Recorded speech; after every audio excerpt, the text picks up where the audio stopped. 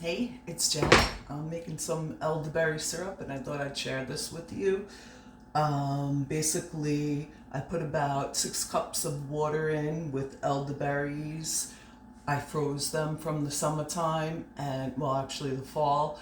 And when you freeze them, it makes it really easier to come off because they're tiny little berries and they're they'll just kind of like burst if you just pull them off. So the best way is to freeze them and then pull them off as they're frozen.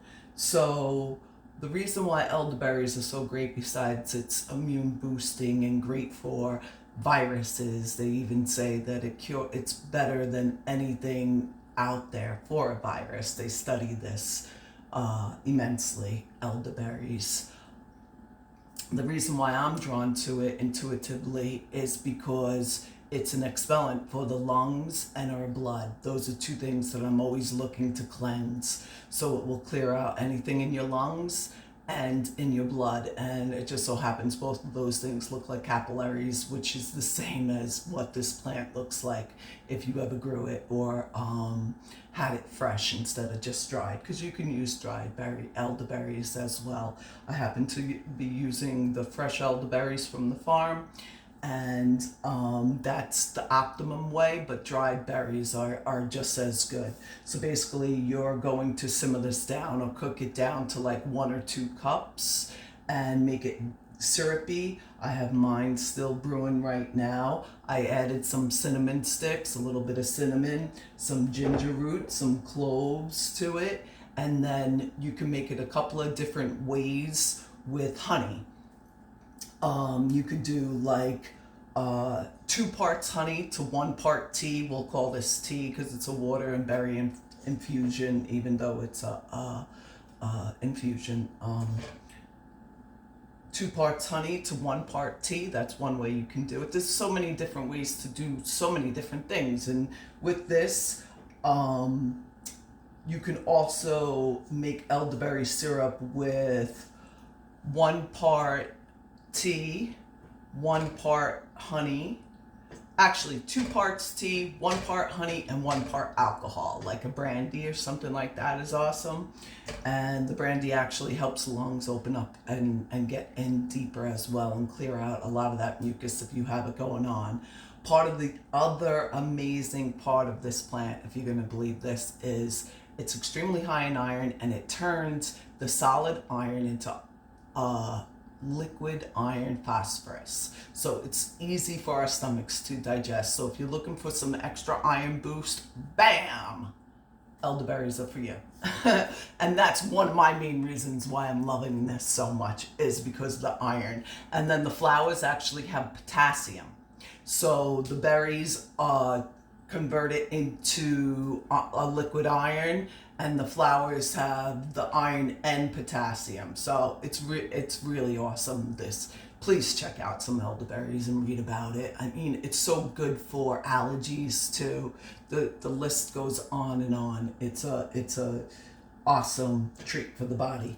Okay, so I'm gonna let you see. This is the elderberries, and I'm just going to, I've already strained it and got out all the elderberries once. Now I'm cooking it all down. I don't remember if I said that or not. I'm just going to take a glass of some sort. That happens to be a beaker, and I'm just going to pour it in here.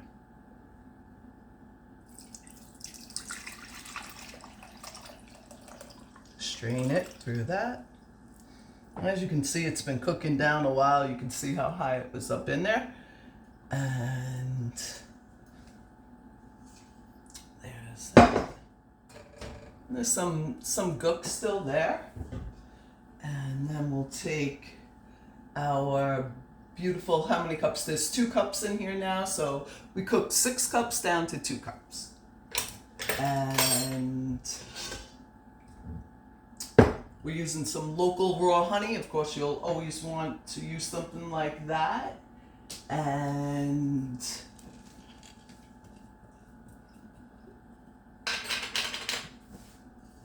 I'm going to do both actually. So I'm going to split this 2 cups into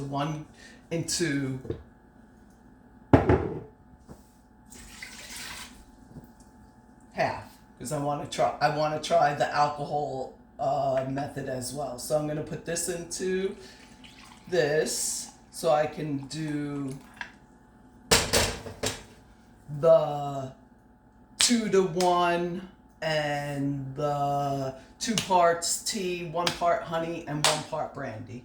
So I'm going to do both of those, but I don't have the alcohol down here. I have it up in the vintage, and we infuse the alcohol as well. So that's an extra bonus if you have something like that. And we happen to, so I'm going to add it on in. I'll probably do something that is either for allergies like golden seal, or maybe some holy basil, or who knows, oregano. So many great things I've mixed up. So this one I'm going to put aside to bring later.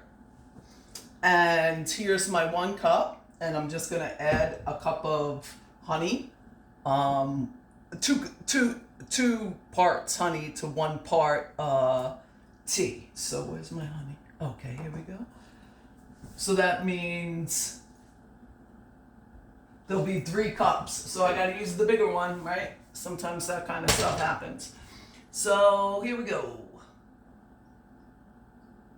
I'm just gonna use up, obviously, each jar. I'm not gonna open a new one until this one's done. But I won't have you here waiting for that this whole entire time. So I'll flip this upside down and finish making this with another cup. So this will total 3 cups, because I had 1 cup of tea to 2 cups of honey. Okay, so now this should be a nice thick syrup.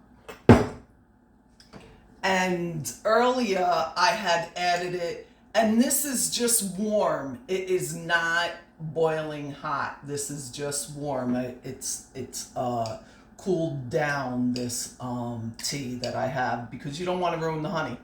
So you don't want to cook the honey at all. That's why you do it afterwards.